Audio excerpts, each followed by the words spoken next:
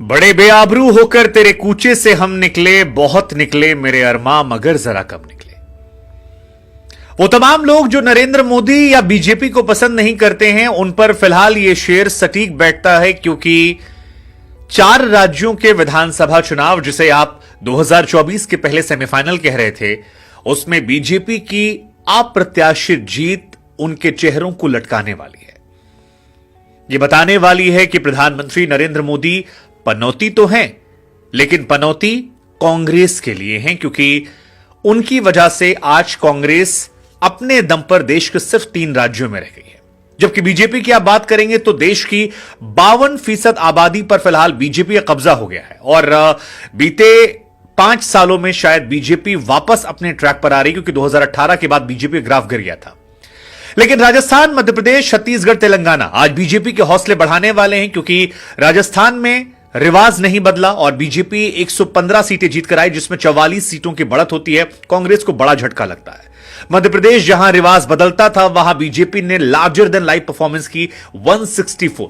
Shocking है, हैरान करने वाला है। सवाल उठने वाले हैं कि कैसे संभव था, क्योंकि हर कोई मान रहा था कांग्रेस जीतेगी। छत्तीसगढ़ जहां पर भूपेश बघेल का मैजिक दिख रहा था, वहां पर बीजेपी जीतती 54, और तेलंगाना में ओवैसी से बेहतर परफॉर्म करना, 8 सीटें जीतना 7 बीजेपी बताता है कि बीजेपी लार्जर देन लाइफ बनती जा रही है, और सामने वाले जो कंपटीशन है वो धीरे धीरे कमजोर होते जा रहे हैं। हालांकि व्यक्तिगत तौर पर मुझसे आप पूछेंगे तो मेरे लिए यह हार जो है, यह राहुल गांधी के सुप्रीम लीडरशिप को लेकर हार है, क्योंकि यह जीत हार नरेंद्र मोदी का भविष्य तो नहीं बिगाड़ती, लेकिन राहुल गांधी का भविष्य बना सकती थी। अगर इस चुनाव में राहुल गांधी जीत जाते तो हिमाचल और कर्नाटक में मिली जीत के बाद उनकी जो इमेज स्ट्रांग हो रही थी वो बहुत बेहतर हो जाती, और इंडिया गठबंधन जो है, या इंडी गठबंधन जिसे बीजेपी कहती है, उस गठबंधन में संपूर्ण स्वीकार्यता उनकी हो जाती। हालांकि उनकी पार्टी ने तेलंगाना में शानदार परफॉर्मेंस किया है और अच्छी बढ़त हासिल करते हुए 64 सीटें जीते हैं, जिसमें 45 एज है, तो उनकी काबिले तारीफ होनी चाहिए एक स्टेट में। लेकिन वो साउथ का स्टेट है, और यही वजह है कि कांग्रेस के तमाम जो नेता हैं फिलहाल साउथ वर्सेस नॉर्थ करना चाह रहे हैं। लेकिन साउथ वर्सेस नॉर्थ की कहानी में ज्यादातर सीटें जो है वो नॉर्थ से हैं, और साउथ नॉर्थ में आप डिफरेंशिएट नहीं कर सकते हैं। राहुल गांधी पर इस हार का सीधा असर पड़ेगा, उनके समर्थक माने ना माने, लेकिन यह सच है कि गठबंधन के दलों में उनकी स्वीकार्यता कम होगी। और मध्य प्रदेश चुनावों से पहले जिस तरह से अखिलेश यादव से उनकी लड़ाई हुई, नीतीश कुमार जिस तरह से अलग थलग बयानबाजी दे रहे थे, ममता और शरद पवार पहले से उनके साथ पूरी तरह नहीं खड़े थे, ऐसे में उनकी एक्सेप्टेंस विपक्ष के अंदर इस हार के बाद काफी। वहीं बीजेपी के लिए चुनाव बल्ले बल्ले वाला रहा है, क्योंकि बीजेपी के लोगों से भी अगर आप बात करेंगे तो उन्हें भी उम्मीद नहीं थी कि यह चुनाव इस तरह निकल आएगा और बीजेपी ऐसा कर सकती है। आई मीन, उनके लोगों को रत्ती भर अंदेशा नहीं था कि वो तीनों राज्य में जीत जाएंगे हिंदी पट्टी के। 90% बीजेपी के लोग जिनसे मेरी बातचीत हो रही थी, उनका यह कहना था कि राजस्थान में हम सरकार बना लेंगे, मध्य प्रदेश में मुश्किल है, और छत्तीसगढ़ तो हम हार रहे हैं। छत्तीसगढ़ तो कोई नहीं कह रहा था, मध्य प्रदेश में कुछ कुछ लोग थे जो कह रहे थे कि जी नेक टू नेक मुकाबला होगा, और हम हो सकता है बना लें, हो सकता है ना बनाएं। 230 है, 100 के आसपास हम रहेंगे, 100 के आसपास कांग्रेस रहेगी, और हम बना लेंगे। लेकिन 164 जाएंगे, ये किसी ने सपने में भी नहीं सोचा था। किसी भी एग्जिट पोल में 164 सीट नहीं दी गई थी, और सारे एग्जिट पोल जो हैं सबसे पहले तो वो पीछे चल रहे थे, क्योंकि एग्जिट पोल कहीं से एग्जिस्ट नहीं कर रहे थे, कहीं एग्जिस्ट नहीं कर रहे थे। क्या मैजिक रहा? क्या कमलनाथ जी का एरोगेंस हो गया, या मामा का वो जो संवाद था अपनी बेटियों से, भांजियों से, वो काम कर गया, या फिर प्रधानमंत्री मोदी का मैजिक कर गया? जो भी कहानी आप देना चाहें, लेकिन इस कहानी में सच्चाई यही है कि फिलहाल बीजेपी की एमपी में बल्ले बल्ले है, और एमपी में रिवाज नहीं बदला। बीजेपी वहां पर रिपीट कर रही है, और पिछली बार बीजेपी पर आरोप था कि भाई जोड़ तोड़ के बनाई थी, विच वॉज ट्रू ऑल्सो। लेकिन इस बार बीजेपी इतनी सीटें ले आई है जिसमें आप आराम से 5 साल सरकार चला सकते हैं, और किसी प्रकार के जोड़ तोड़ का उस पर। इस खबर के साथ ही कमलनाथ जी का जो पॉलिटिकल करियर है, मेरे ख्याल से वो भी शायद अब गर्दिश में चला जाएगा, क्योंकि लोकसभा के चुनाव में वैसे भी बीजेपी को यहां एज मिलता है। बीजेपी जब हारी भी थी, उसके बावजूद लोकसभा में ऑलमोस्ट क्लीन स्वीप करती है। राजस्थान में, गुजरात में, मध्य प्रदेश में। सो यहां पर अगर वो फिर क्लीन स्वीप करते हैं तो किसी को हैरानी नहीं होगी। और कमलनाथ जी यहां अगर हार गए, जहां पर एंटी इनकम्बेंसी बहुत ज्यादा थी और 2 महीने पहले हर कोई मान रहा था कि वो जीत जाएंगे, तो आई थिंक उनके लिए रास्ते खत्म हो जाते हैं। बहुत मुश्किल है कि यहां से अपने पॉलिटिकल करियर को रिवाइव करें।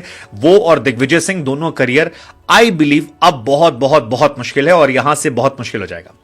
राजस्थान में अशोक गहलोत का भी करियर खत्म हो जाएगा ऑलमोस्ट, क्योंकि सचिन पायलट से बगावत के बीच में गांधी परिवार के जो आला कमान है उनसे उन्होंने काफी बगावत की थी और वो सरवाइव इसलिए कर रहे थे क्योंकि विधायकों की संख्या जो है उनके पास बहुत ज्यादा थी। सो ऐसे में उनका अपना एक अस्तित्व था जिसमें वो कह रहे थे कि भाई मेरे पास वोट है, मेरे पास नंबर है, गांधी परिवार से लड़ गए।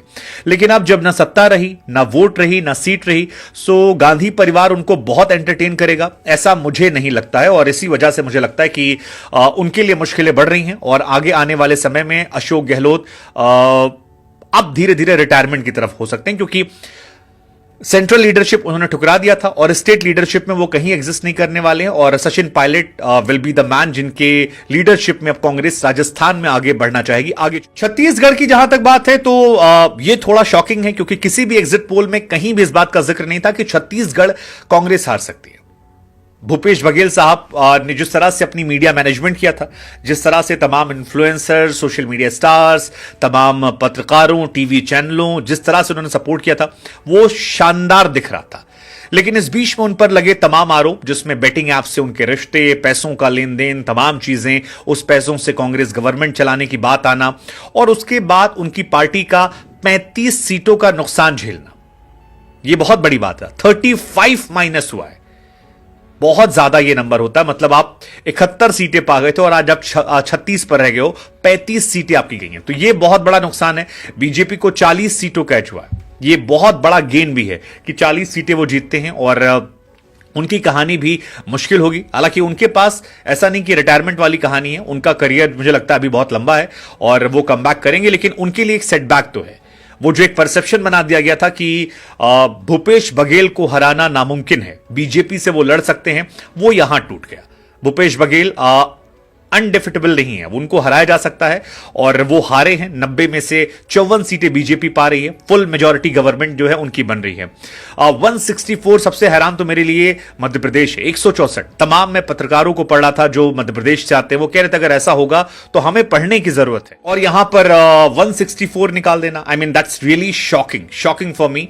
कांग्रेस को आत्ममंथन यहां करना चाहिए। राजस्थान में तो अंदरूनी लड़ाई जो है वो एक बड़ी वजह थी और एंटी इनकम्बेंसी, कई सारे आरोप प्रत्यारोप, लेकिन बीजेपी 115 जाएगी ये भी मुश्किल था, बिकॉज हर आदमी माना था कि 100 के आसपास पहुंच जाएंगे। 115 काफी बेहतर है और सबसे बड़ी बात है 115 में वो 5 साल सुकून से सरकार चला सकते हैं, तो ये उनके लिए अच्छा रहा। लेकिन फिलहाल 2014 में जब प्रधानमंत्री मोदी आए थे तब 7 राज्यों में कांग्रेस की सरकार, बीजेपी की सरकार थी और 25% आबादी पर बीजेपी का कब्जा था। 2018 में बीजेपी अपने उफान पर गई, 21 राज्यों में सरकार थी, 71% आबादी पर उनका कब्जा था और इसी के बाद बीजेपी का डाउनफॉल शुरू हुआ। 2023 में अब वापस बीजेपी 16 राज्यों में सरकार बना चुकी है और कांग्रेस जो है वो बहुत लिमिटेड हो गई है। ये एक हैरान करने वाली बात है, क्योंकि कांग्रेस केवल अपने दम पर 3 राज्यों में, कर्नाटक, तेलंगाना और हिमाचल प्रदेश, बाकी देश के सभी हिस्सों से कांग्रेस गायब है। बिहार में उनकी क्या हैसियत है वो हम सब जानते हैं और झारखंड एक और स्टेट है जहां पर वो सरकार में, लेकिन अपने दम पर वो केवल 3 स्टेट में। ऐसे में उनके लिए इश्यूज बढ़ गए हैं। वहीं बीजेपी की बात करेंगे तो उत्तराखंड, हरियाणा, उत्तर प्रदेश, गुजरात, गोवा, असम, त्रिपुरा, मणिपुर, अरुणाचल प्रदेश, मध्य प्रदेश, राजस्थान, छत्तीसगढ़, तमाम राज्य ऐसे हैं जहां पर सरकार है और गठबंधन में Maharashtra, Meghalaya, Nagaland, Sikkim. So they are in very strong